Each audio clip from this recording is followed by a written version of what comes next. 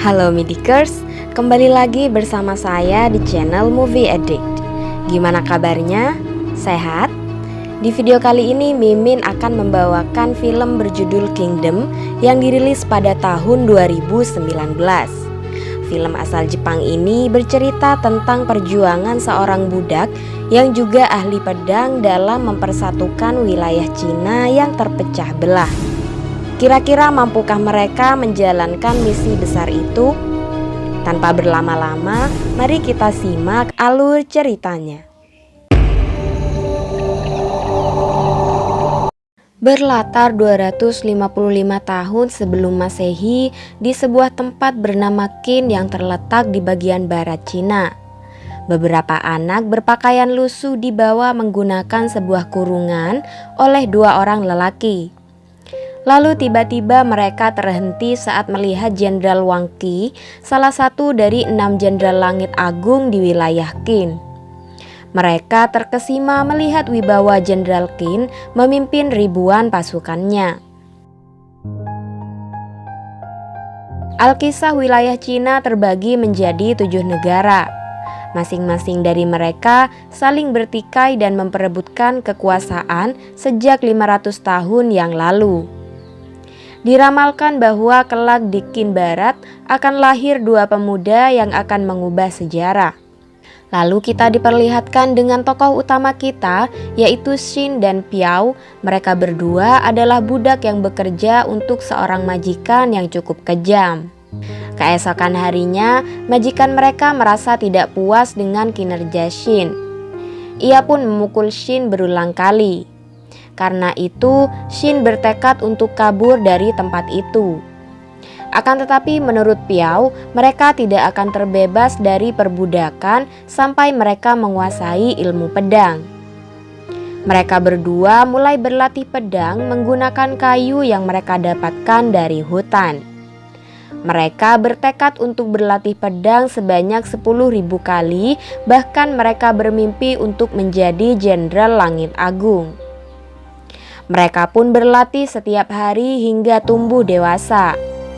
Tak terasa saat itu mereka telah cukup mahir dalam teknik pedang. Di tengah kesibukannya berlatih pedang, Xin dikejutkan dengan kedatangan seorang bangsawan yang membuatnya kehilangan fokus dan kalah dari Piao. Jenderal itu pun penasaran bagaimana mereka bisa mahir dalam teknik pedang.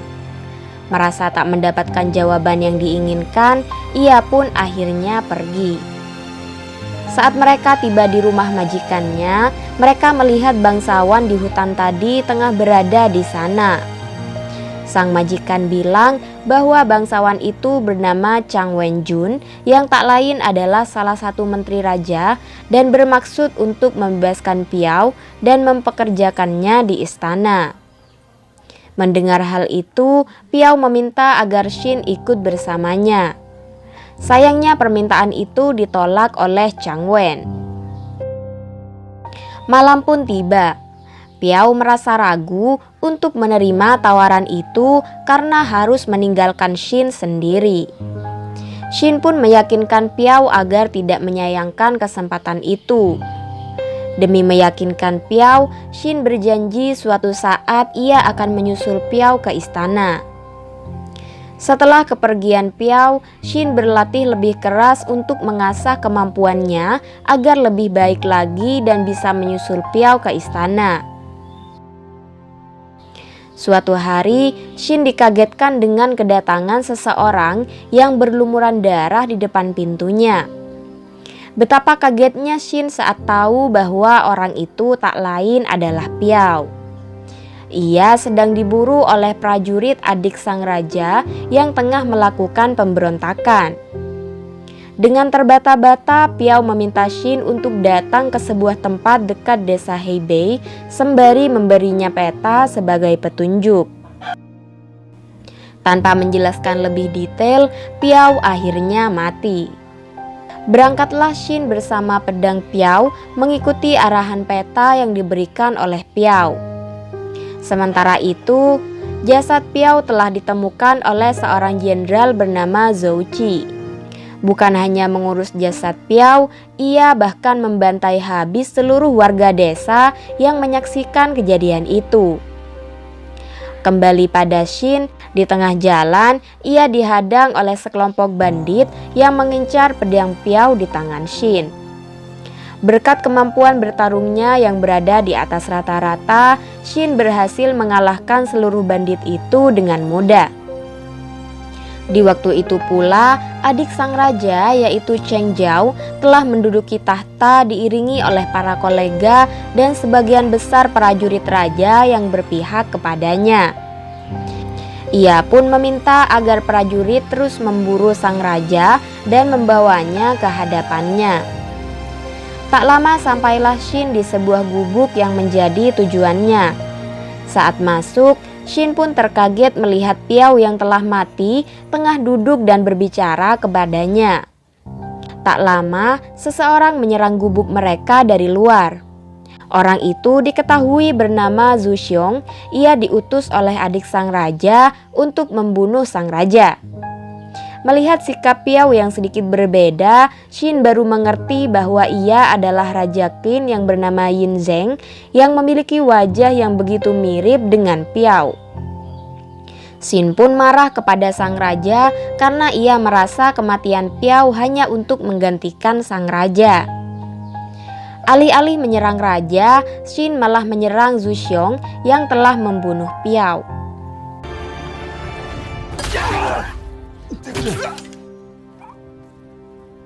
Melihat perkampungan Shin yang telah habis dibakar, sang raja tidak punya pilihan selain mengikuti Shin.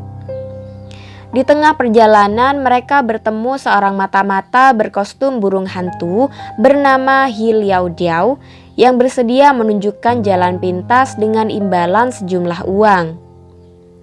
Sembari menyusuri jalan, sang raja bercerita bahwa ia tidak bisa menghindari pemberontakan adiknya karena kemampuannya yang lemah. Lalu Menteri Chang Wenjun menemukan Piao. Piao pun diberitahu bahwa tugas yang ia ambil memiliki resiko yang besar.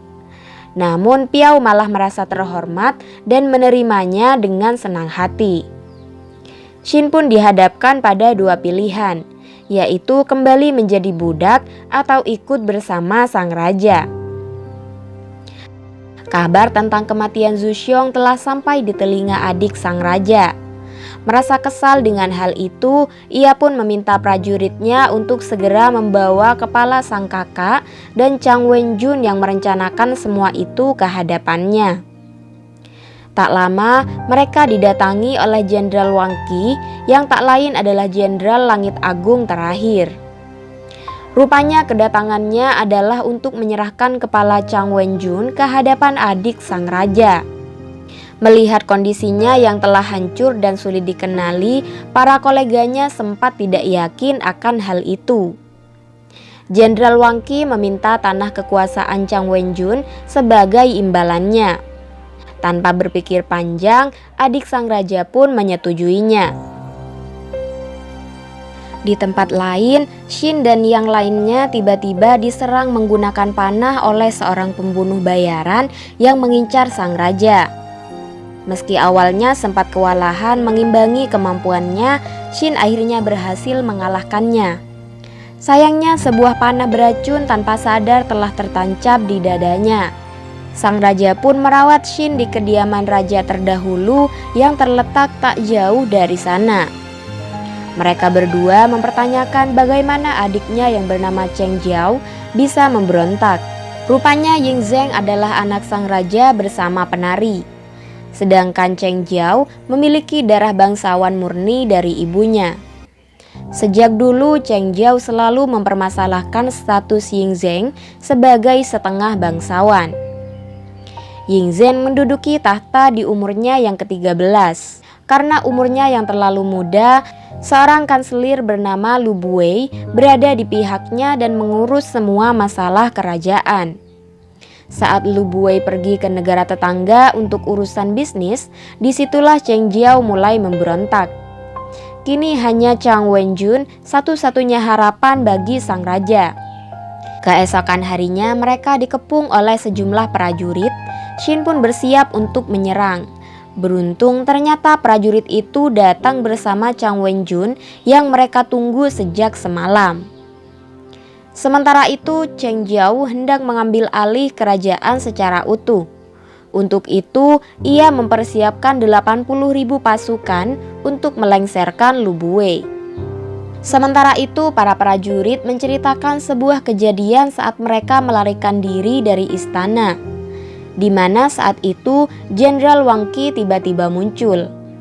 Lalu saat prajurit mulai putus asa karena kedatangan Wang Qi yang begitu hebat, Piao bertingkah layaknya sang raja dan berhasil membangkitkan kembali semangat para prajurit. Hal itu ia lakukan demi menyelamatkan sang raja. Di waktu itu pula mereka berunding untuk mengambil alih kerajaan. Sayangnya mereka tidak menemukan solusi yang tepat karena sebagian besar kota telah dikuasai oleh tentara Cheng Jiao. Ditambah kemungkinan Lubue yang tidak akan berpihak kepada mereka untuk ambisi pribadinya. Akhirnya sang raja memutuskan untuk menemui Raja Gunung, mengingat raja terdahulu pernah bekerja sama dengan Raja Gunung 400 tahun yang lalu. Belum sampai pada Raja Gunung, mereka tiba-tiba dihadang oleh orang-orang gunung yang hendak membunuh mereka karena masuk ke dalam wilayah kekuasaan orang-orang gunung. Beruntung Diao sebagai salah satu orang gunung berhasil bernegosiasi dengan mereka.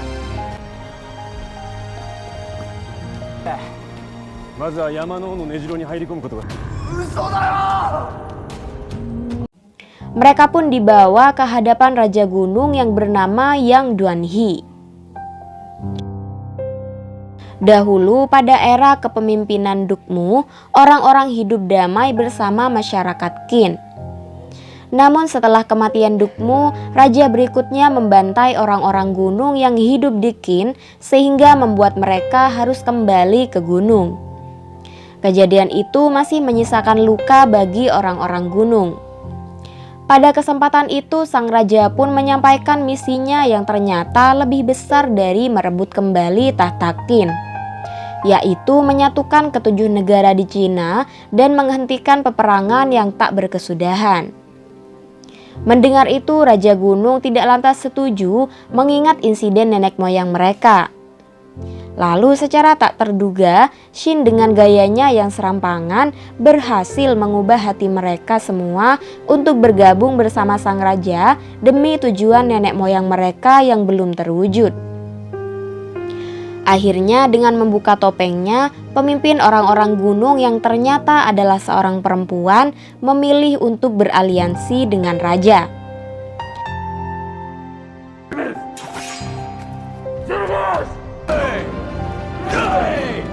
Keesokan harinya, sang raja membawa 3.000 orang gunung untuk berangkat menuju istana.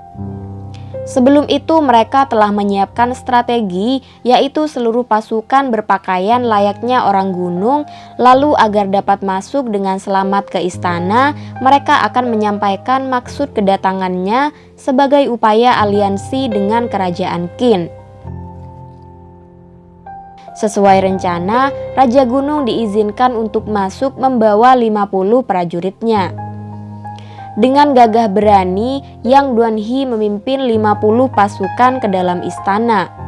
Mereka sempat diminta untuk meninggalkan senjata. Namun dengan alasan pernah dikhianati oleh orang-orang Qin, Raja Gunung menolak untuk melepaskan senjata sampai aliansi terbentuk.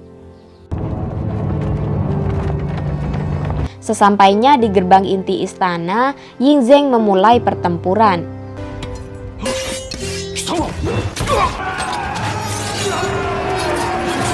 Dari sana mereka berpencar menjadi 2 kelompok.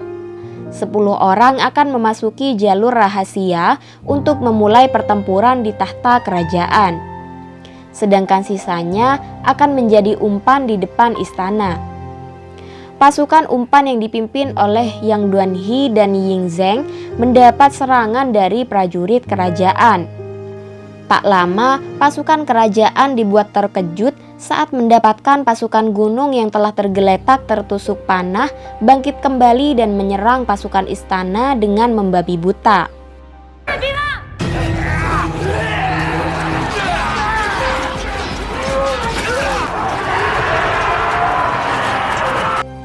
Sementara itu, Shin bersama prajurit gunung yang lain tengah menghadapi pasukan kerajaan. Berkat skill perang orang-orang gunung yang cukup sadis, mereka berhasil mengalahkan pasukan meskipun jumlahnya jauh lebih banyak. Lalu secara mengejutkan, algojo kerajaan yaitu raksasa bernama Lang Kai datang untuk menghadapi mereka. Lang Kai berhasil melumpuhkan sebagian besar pasukan Shin. Beruntung berkat kerjasama dan kelincahan Shin, Lang Kai berhasil dibunuh.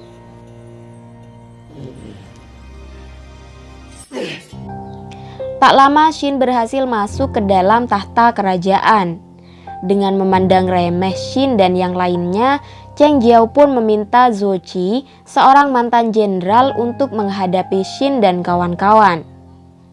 Dalam waktu singkat, Zhou Qi berhasil melumpuhkan orang-orang gunung dengan mudah. Sementara itu, pasukan di depan istana mulai melemah dan satu persatu dari prajurit gunung mulai gugur. Melihat pasukan yang datang semakin banyak, Ying Zheng berusaha membangkitkan kembali semangat prajurit yang mulai putus asa.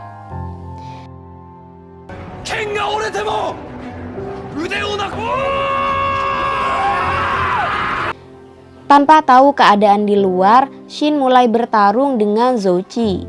Shin pun kewalahan menghadapinya yang memiliki kemampuan sangat tinggi layaknya jenderal perang.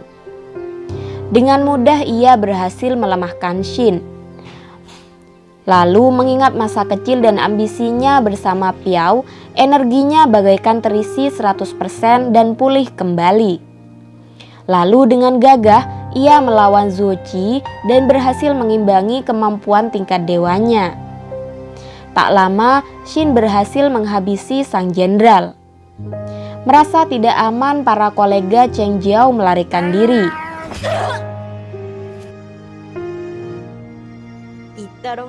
Cheng Jiao yang penakut pun keluar untuk meminta bantuan. Sadar bahwa tahta telah berhasil direbut, prajuritnya pun tak bergeming. Alih-alih membunuh Cheng Jiao, Ying Zheng merasa cukup dengan menghajar adiknya itu. Tak lama sang jenderal langit agung yaitu Wang Qi datang menghadap sang raja. Ia mempertanyakan misi sang raja untuk kedepannya. Sang raja pun menjawab bahwa ia memiliki misi untuk menyatukan dan menjaga perdamaian Cina. Merasa puas dengan jawaban itu, Jenderal Wang Qi pun mendukungnya dan menghabisi prajurit yang masih menentang.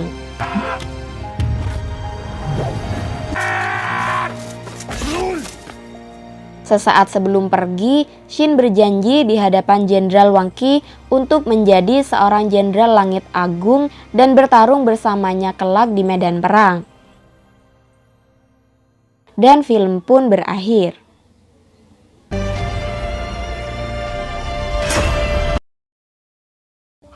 Gimana Midikers? Filmnya cocok di rating berapa nih? Tulis di kolom komentar ya. Jika kalian menyukai video ini, silahkan klik tombol like, komen, dan subscribe supaya Mimin lebih semangat untuk update video menarik selanjutnya. Terima kasih sudah menonton sampai akhir dan sampai jumpa di video selanjutnya. Bye-bye.